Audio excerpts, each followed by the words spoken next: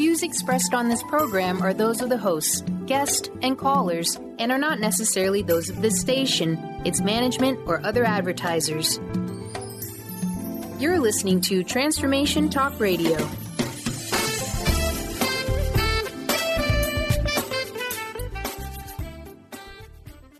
Moms, are you ready to become enlightened, empowered, and stress-free? Well, get ready because you are about to tune into Vibrant, Powerful Moms, helping everyday women create an extraordinary life with Debbie Pokornik. Each week, Debbie discusses topics to help you become self-aware, inspired, and on track to create the life you crave. It's time to stop settling and start thriving. And it all begins now on Transformation Talk Radio.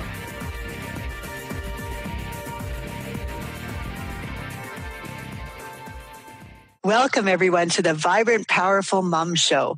I'm your host, Debbie Pokornik, and my goal with this show is to share information that can help you realign with your vibrant, powerful self so that you can fully enjoy the life you've come here to live.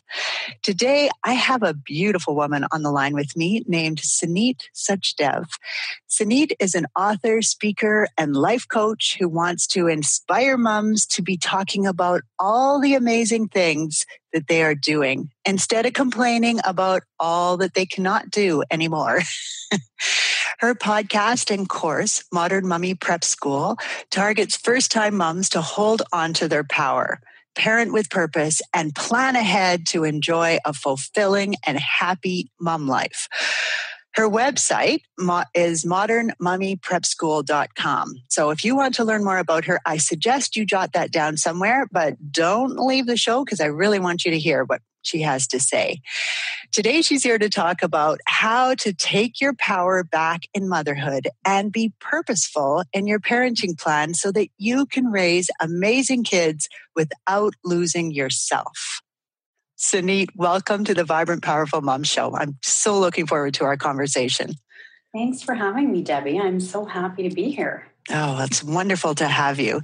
So I would love to start by having you share a little bit about your story. How did you get into doing what you do? And why are you so passionate about helping change the conversation around motherhood? Well, I basically, in a nutshell, really struggled to get pregnant. And, I was in my mid-30s trying to have a baby, and it wasn't happening for us. So we ended up, going the in vitro route after many other failed attempts at different things.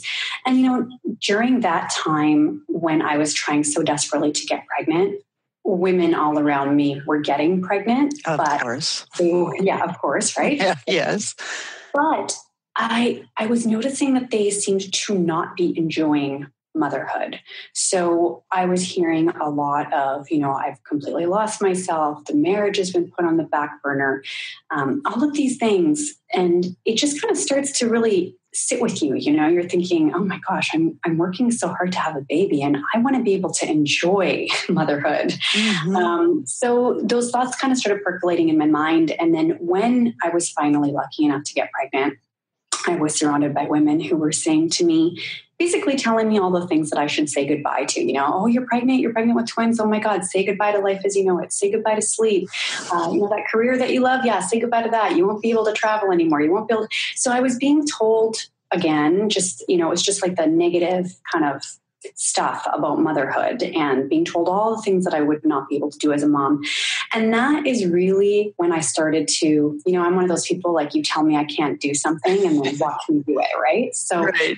I really got it set in my head that there has to be a better way. I did not go through years of infertility and all of this only to have children and not be able to live my life. Not to mention I was 36 by the time I got pregnant. So I had a very fulfilled and established life beforehand that I was very attached to. So, I wasn't this super young mom that had only just ever wanted to be a mom. Like I had time to kind of like build my career and build all these passions and do all these things. And I'm thinking, well, I don't want to become a mom and then suddenly just lose everything else about my life that I love.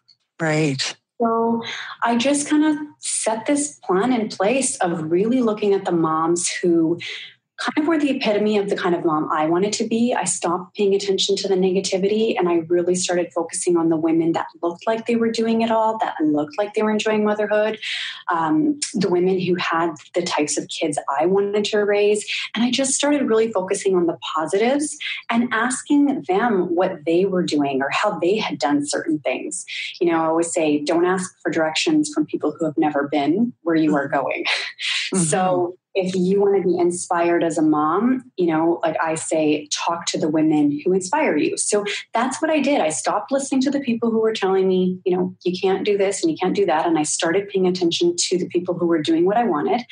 And lo and behold, you know, my kids are 5 now, and I do feel that I have had a very positive experience as a mom. I mean, don't get me wrong. You know, there are challenges and it's not always easy, but I think because of my preparation and just my purposefulness with planning for parenthood and the types of kids I wanted to raise and, you know, making sure that I was putting myself first and all of those other things that I think are really important, I did have a great experience. So that kind of ended up blossoming into what first started as a blog and then eventually a coaching business. And then now, you know, I've got my podcast and all this other stuff with Modern Mommy Prep School. So that's kind of where it all started and why I am so passionate about it. Nice. I love that. I remember saying to my husband when we had our first child, I said to him, if you ever hear me saying to another mother, oh, just wait, just you wait until, you know, just stop me right there. I don't care what you have to do. Throw something at me, gag me,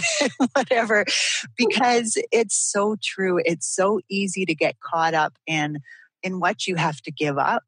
But everything in life is a trade-off. I mean, when you go to work full time, you're trading off all kinds of things. And if you love your job and go in and enjoy it, you sure don't sit down with somebody and say, oh, you know, my job is awesome, but I hate having to get up early, or I hate having to work 10 hours or whatever. You focus on the positive. So I love that. And I love that you figured out exactly what you needed to do so that you could live that inspired, vibrant, powerful life. Yeah, me too. Yeah. All right. Well, that's exactly the stuff we want you to share. We want you to spill the goods on.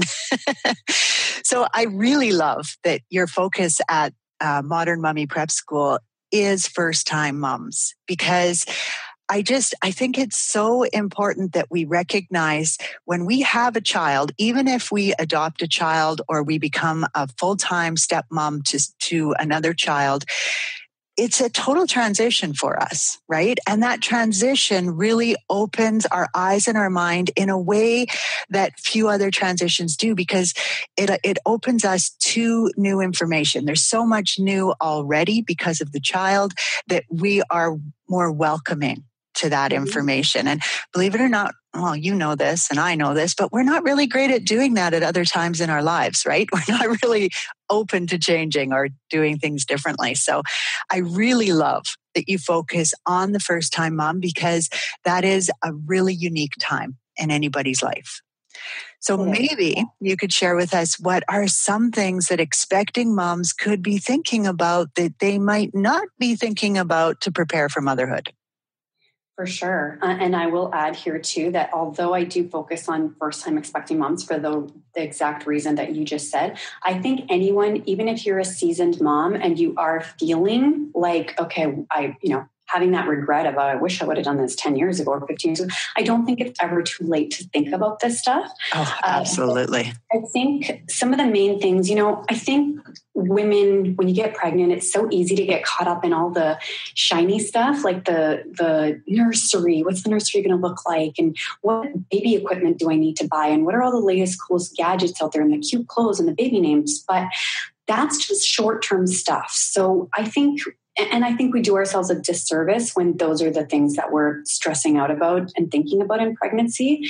Those things can be thought about, after the baby comes. But before your baby comes, that 9 months that you have is the only time ever in your life you are going to have without a child, and able to really think ahead about things like yourself, first of all. If you haven't found yourself yet, find yourself. Figure out who you are, figure out what lights you up. Are you loving the life that you're living right now? Is there something that could be better? Really think about those things. What do you enjoy doing?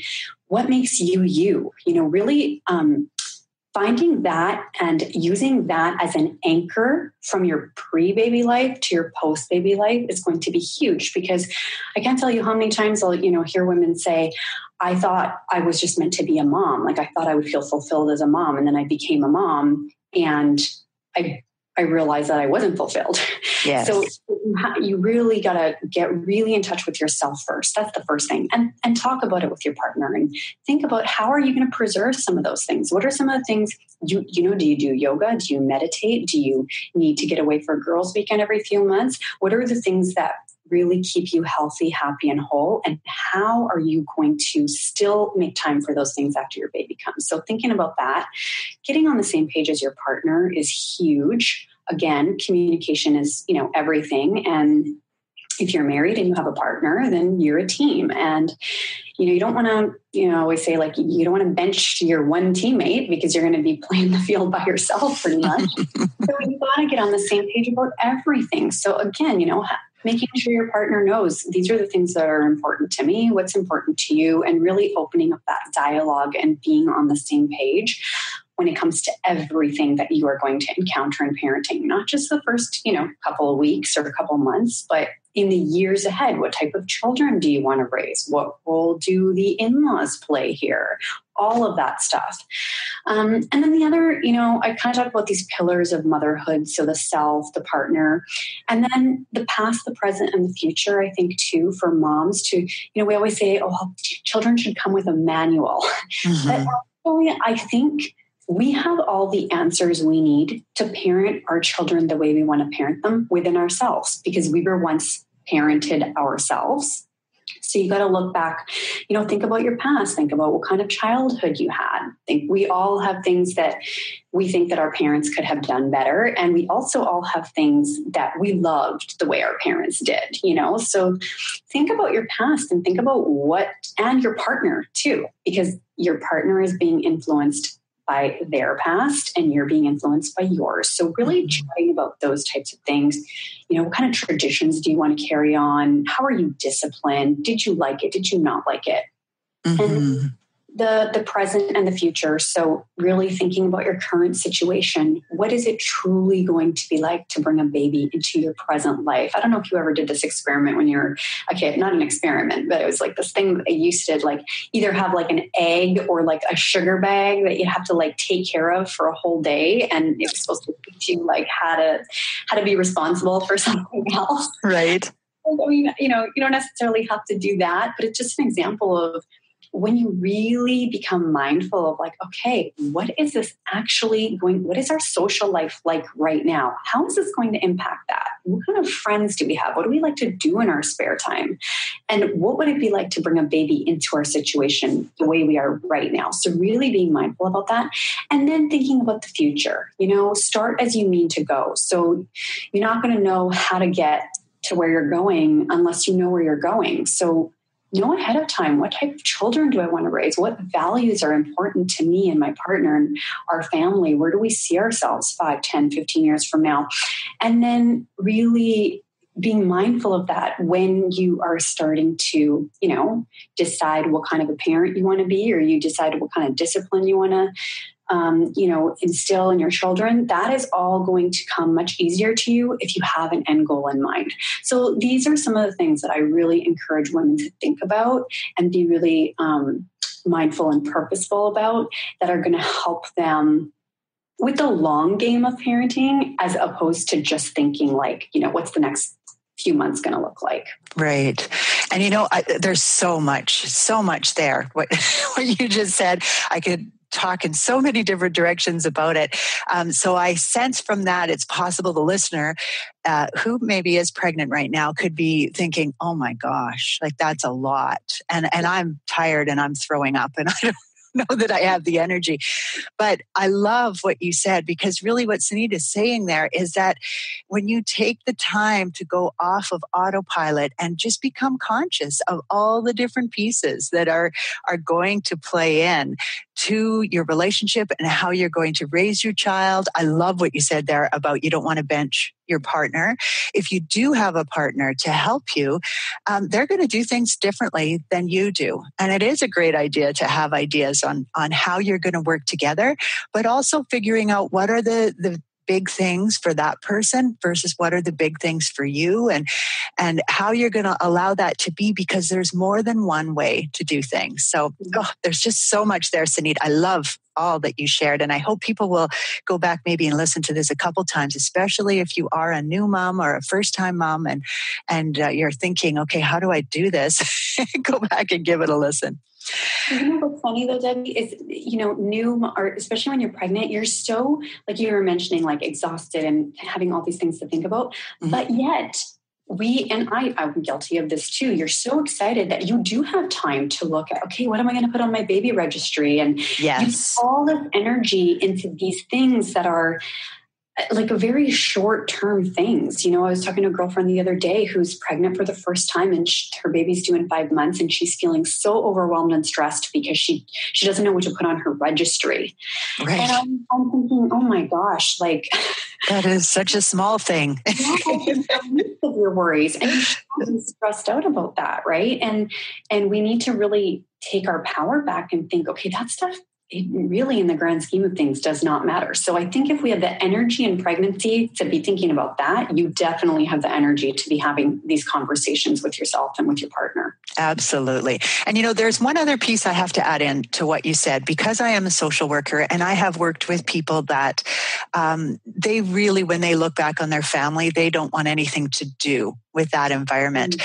But I love what you said about you were parented. And so sometimes some of that information can come from, okay, these are the things I don't want to do. And most people have another family who they look to, maybe a friend, and they look to their parents and they thought, oh, I wish I had that. Yeah. So I would often, suggest to them, then focus there, because really what you're doing here is just creating a picture of what are the things that I really want my child to have. And that's not material possessions. That's the big rocks, the real foundational pieces. Yeah, and even the material possessions. I mean, people get so caught up in like, well, so-and-so said I should buy this, and so-and-so said I should buy that.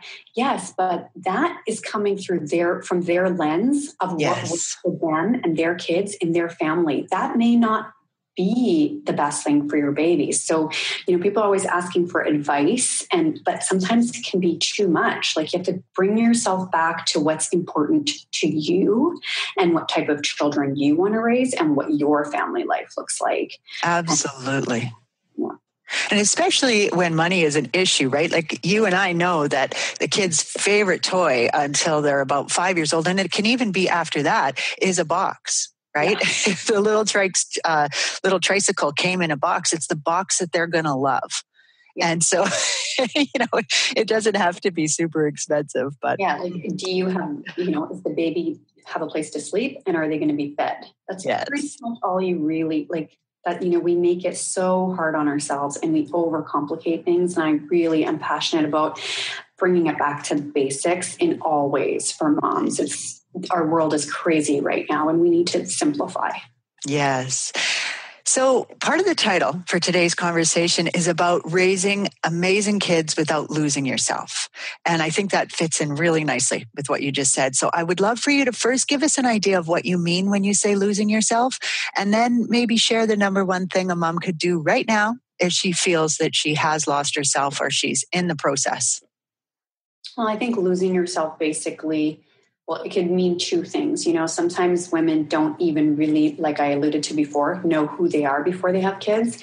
I'm not trying to be stereotypical here, but I see this more often in much younger moms as opposed to somebody who's, maybe in their mid-30s, who's had time to kind of cultivate this life that they love, and they end up having children a little bit later on in life. They might have a little bit stronger sense of self than somebody who maybe hasn't, or maybe somebody who, got pregnant and it wasn't expected.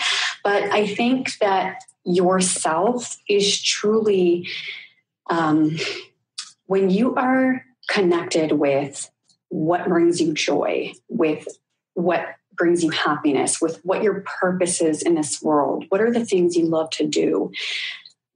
Those are the things that make you you. That is yourself. What do you bring to the world? And that's not being a mom. Everybody has something outside of being a mom that they are good at, a gift that they can share with the world. It doesn't have to be a job or a career. It could be a hobby. Maybe it's a gift that you have of some sort that you love to do. But I think every woman has that's inside of her. So when you haven't searched that out before you have children, or if you have and after you have kids, you don't make a point of holding on to it, that's when it's gone and you've lost yourself. And I think when women say they've lost themselves, that's what they're really saying. They're saying, I'm putting everything I have into my baby, into my child. I don't even know who I am anymore. They come before I do. I don't do anything for myself anymore. And they've kind of given up all those other things that used to make them happy. So, and I don't know, I mean, this is my definition of what losing yourself is. So somebody may be listening and not resonating with that, but that's typically what I hear. So I think that the number one way, if somebody is feeling like, I don't know who I am anymore, I don't have time for myself anymore, I'm not doing the things I used to love to do, the number one thing that any mom right now needs to do is stop and figure out that first. Figure out what used to light you up. What did ask the people around you? Sometimes we forget, ask your partner, hey, when you met me, what did you love about me? What would you want to come to me for advice on? Or what did you think I was really good at? Or what do you remember about me before we had kids that you would say was a passion of mine? I mean, start talking to the people that knew you before kids, whether that's your parents, your family, your friends, your partner, and really think back to those things that you used to do that used to light you up. And like I said, every woman has something.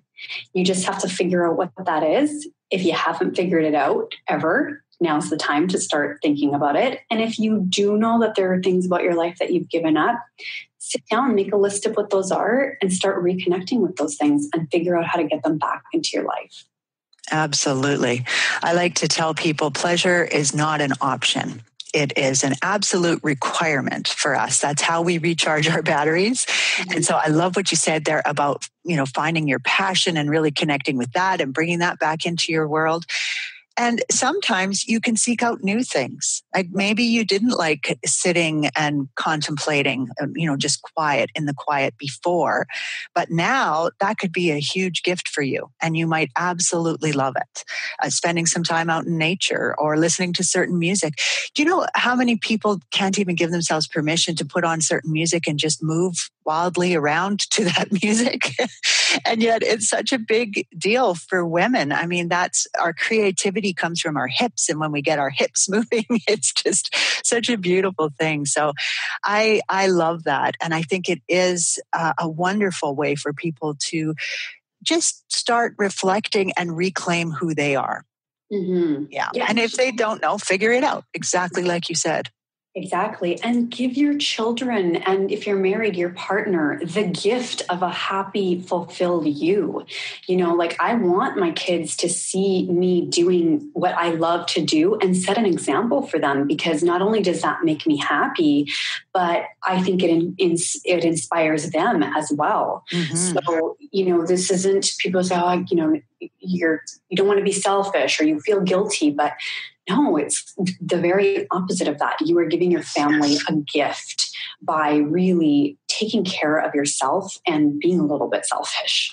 Well, and the thing is people do, like kids and husbands, actually do take energy from the woman, the head of their household. So the wife and mother does supply energy. And if you picture something really delicious that you take time to slowly cook so that everything is all cooked into it and it's really, really good and organic and beautiful and all that kind of stuff. That's the difference when you eat that versus you grab that fast food stuff that doesn't really taste the way you want it to. And that's actually not a great example because some people think fast food tastes really good, and I'm not judging them on that. But my point is that when we rush and cook something, it just isn't the same. And so you're actually not being selfish when you take care of yourself and recharge your batteries. So I love all of this. And I think it's so important. And I cannot believe that we are already out of time. It's time flies when we're having fun. Yes, that is very true. So I love what you shared here today, Sunit. I think that so many of those pieces tie into being a vibrant, powerful mom. And a person who listens to the show a lot will recognize that, oh yeah, that's what Debbie was talking about here, or, this guest or that guest. So I love so much of this is new, and so much of it ties in with stuff that the listener would have heard before. So thank you so very much for sharing that. Now, we only have actually a little less than a minute left, but I'm wondering if you have any last minute words of wisdom you'd like to throw in, or if you maybe have a little invite you want to share with our listeners or whatever. The floor is yours for about 30 seconds. You know what? I would just encourage, challenge, invite anyone who's listening right now. If you are a mom or you are pregnant, about to become a mom, take your power back. We are surrounded by people who are telling us what to do. We're getting overwhelmed. We're stressed out. We don't know what the right thing to do is. Take your power back. You have all the answers inside of you. Take care of yourself. Give your family a gift and parent the way you want to parent. Stop giving your power away by looking here and there for advice on how to be a mom. Just be a mom and take care of yourself. And if you want more inspiration on this, I obviously do I have a private Facebook group for my podcast listeners, anybody who's a first-time pregnant mom, which is Modern Mommy Prep School in Facebook. But if you're a mom at any stage and you just want inspiration like this on a daily basis, I invite people to come check me out. I have a public Facebook page, Modern Twin Mom. You can find me there. So I talk more about this kind of stuff there. Awesome. And they can go to modernmommyprepschool.com to find out more about you as well. That probably leads them to the Facebook page as well. So thank you so much, Sunit. It was just wonderful having you here with us and sharing all of this beautiful wisdom. Thank you so much to our listeners. There would be no point in us doing this, having this conversation without you, even though I quite enjoyed chatting with you the other day and again today. And so just with much respect for you and the journey you are on, this is Debbie Pokornik and her guest, Sunit Sachdeb, wishing you a vibrant and powerful day. Thank you. You've been listening to Vibrant, Powerful Moms with host Debbie Pokornik. If you've enjoyed this show, please give us a shout out and leave us a positive review. To find out more about Debbie and her sisterhood of Vibrant, Powerful Moms, visit empoweringenergy.com. That's empowering with letters NRG.com.